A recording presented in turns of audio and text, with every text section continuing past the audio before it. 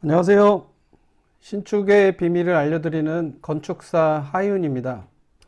저에 대한 간단한 소개와 연락처가 있으니 필요하신 분들은 참고해 주시고요. 오늘은 소규모 토지에 꼬마 빌딩을 신축하시려는 분들이 부동산 소장님이나 그 다음에 네이버 등에서 이제 매물을 보고서 그 토지에 대한 사업성 분석을 하고 싶어 하시는데 어떻게 분석을 해야 되는지 이제 막막한 경우가 많습니다. 일일이 모든 땅마다 건축사를 찾아가서 분석을 의뢰하기도 쉽지 않을 뿐더러 건축사님들께서 건물의 규모라든지 그 다음에 용도, 그런 건축법적인 것들은 검토를 잘 해주실지 모르겠지만 이게 사업성이 얼마나 좋은지, 임대가 잘 나갈 건지, 대출은 가능한지, 이외의 문제들은 없는지, 임대성, 뭐 관리성, 나중에 매각하는 문제까지 다 토탈로 검토가 돼야 되는데, 그런 거를 건축사님들한테만 의지하기에는 너무 분야가 다양하다는 거죠. 방대하다는 거죠. 그래서 이제 그런 부분을 어떻게 검토를 할 것인지 오늘 요 성내동에 있는 사례 하나를 보고 제가 설명을 한번 드려보겠습니다. 이 방법은 제가 쓰는 방법이고 좀 참고를 하시면 좋을 것 같습니다.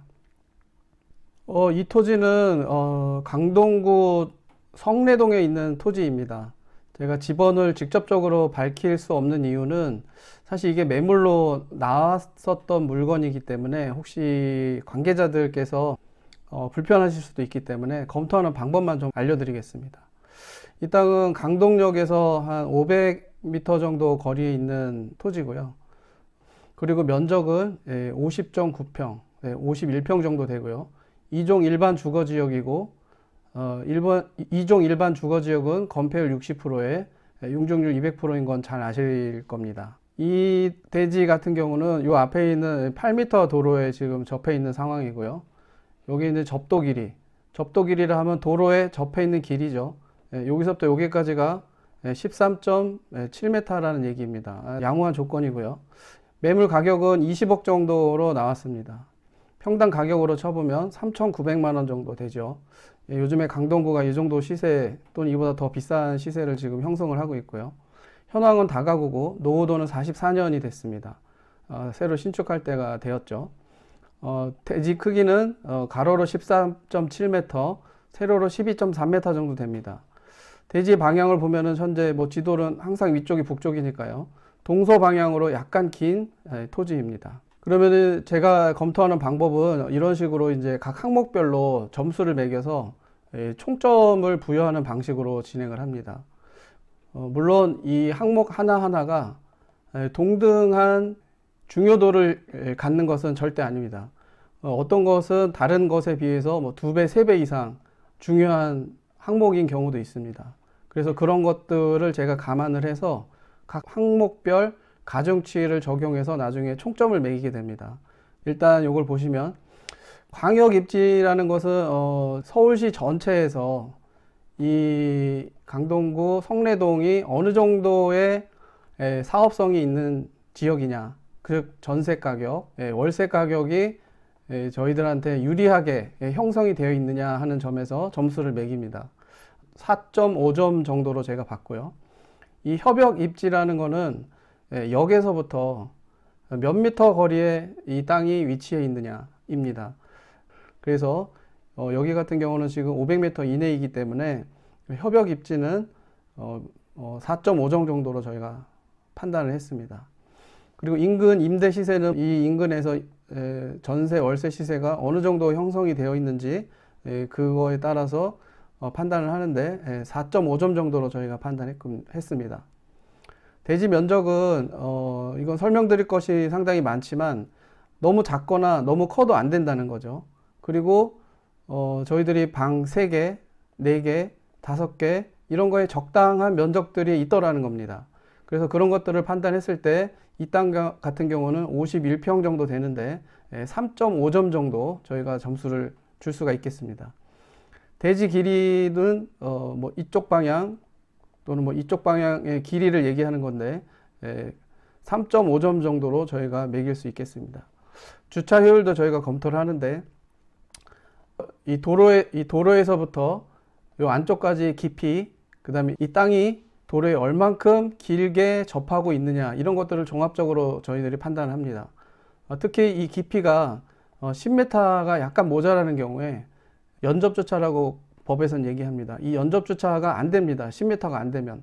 그러면 이 뒷부분이 공간이 있음에도 불구하고 주차가 안 되기 때문에 상당히 비효율적인 공간이 나옵니다.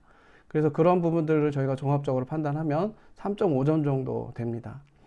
지역지구 같은 경우는 2종이냐 3종이냐 또 1종이냐 또는 준주거 지역이냐, 이런 것들을 저희가 판단하는데 2종 일반 주거 지역이기 때문에 한 4점 정도 점수를 줄 수가 있습니다.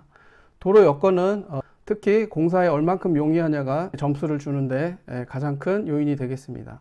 접도 길이는 아까 말씀드렸듯이 한 4점 정도 드릴 수가 있을 것 같고요.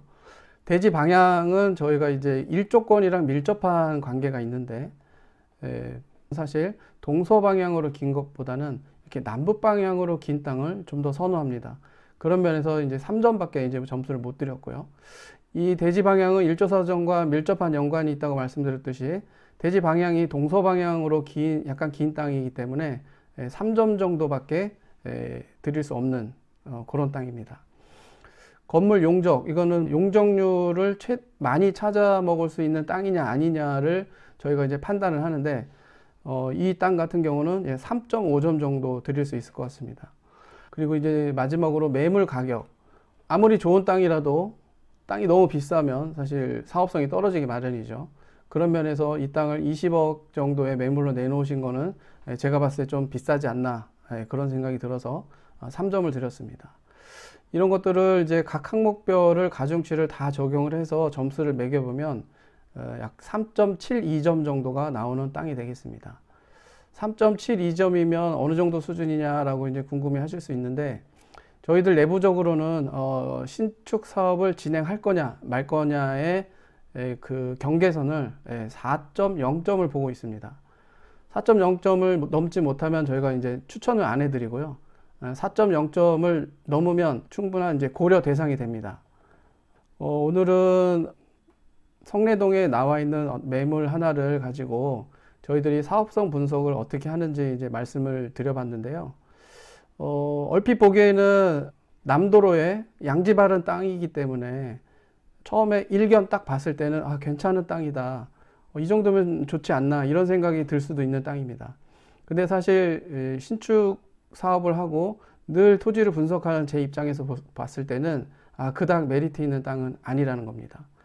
이렇기 때문에 일반인이 좋다고 생각하는 땅과 저희들 입장에서 바라보는 좋은 땅은 다릅니다.